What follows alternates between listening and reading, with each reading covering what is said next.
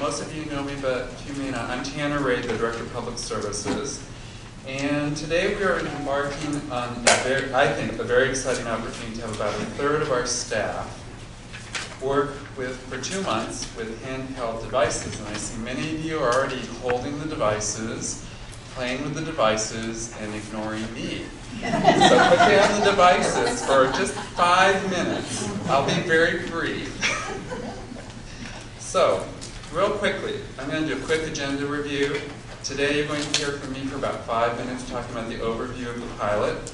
Then Shelley Taylor from OIT User Support, who's sitting up front here, will talk with you about how to use the iPod touches that most of you have received for about 30 minutes. Some basic instruction, getting a couple things set up, and then a chance for Q&A.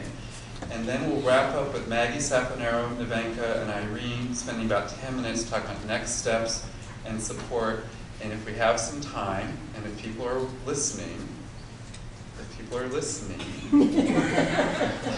a little bit of an orientation to what we're going to do for the next 2 months. So let me give you a little background. How did we get here today? Through discussions this spring with Ellen Borkowski at OIT, I was able to arrange for the libraries to borrow 55 iPod touches from now through July. The touches are owned by OIT and are part of the Mobility Initiative. Those of you who are interested, it's mobility.umb.edu, and it's on the resource guide that you'll be seeing later. Classes of students borrow the devices from OIT and do specific projects, and we're lucky that we have them for a period when OIT doesn't need them for these classes. The Mobility Initiative's goal, according to their website, is to study whether incorporating mobile technology enhances the student educational experience, and they list a number of sub-goals: enhancing the classroom learning experience, promoting interaction between faculty and students, providing students with a tool to help them manage their time and navigate the physical and administrative environments on campus, enhancing the personal safety of our students, and promoting the university's world-class status through innovation and technology.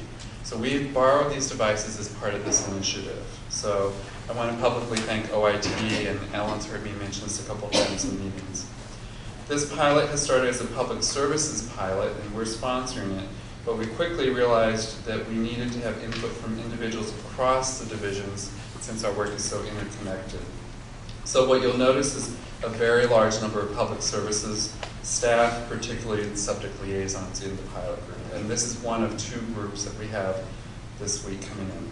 Beyond the 55 people who are getting the OIT devices, another 30 or so have their own iPod touches or iPhones and have opted into the pilot. So we have over 80 people. We're reaching about a third of our staff. Those of you who do instruction will be familiar with the concept of learning outcomes. We have 3 major outcomes for the pilot that we're hoping to accomplish. The first is that all of you will have an opportunity to use a new device and become familiar with it. So you'll learn how these iPod touches work, how apps work, things like that. You will have an opportunity to help us identify areas of the public website that need to be mobilized. So we will have some discussions later in the pilot about what you think we should be mobilizing for our users who have devices like iPod touches or iPhones. And you will help us later in the pilot identify service points or library services that might benefit from having access to mobile devices and recommend whether iPod touches would be an appropriate device for that work. So we'll have some discussions later in June and July about some of those. We have a couple small expectations besides you will work with the devices. We need all the devices back no later than July 28th. OIT needs to basically reset them all for the next group, so we need them all back on July 28th so we can meet our deal. And Shelley's like, please, please, please. So let us know if you're going to be out of town, you need to get back to us early, whatever.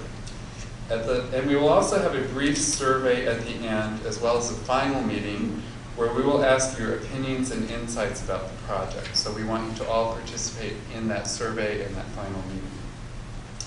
I would like to recognize that we have 2 groups in particular that we know already have special projects in mind. A group within Special Collections and also DTIS have mentioned to us that they have some special projects, and we'll be interested in hearing how those projects develop, and we expect to bring them to you to talk with you about what they're thinking about those projects. I'd like to thank all of you for participating.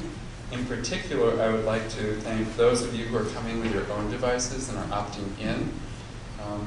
I'm sorry, and we are all sorry that we are not having all of our colleagues here, but we couldn't get enough devices. And some areas like acquisitions are going through fiscal year close and things that prevent them from being with us. I also cannot thank enough the coordinating group for the project. Without them, you would not see what you're going to see happening today. And Maggie Safanaro is co-chairing with me. She's in the back. Irene Munster from Shady Grove is in the back, and Nevenka Zabrovska from EPSL is here up front. So I wanted to thank all of them for helping us get this all set up. I'm very excited. I think we have a great opportunity to embark on a dialogue about what the libraries will be doing in the mobile arena. I'm glad you've decided to join us in starting this important dialogue. And with that, I'd like to turn it over to Shelley Taylor, and we'll get started with playing with the iPod Touches.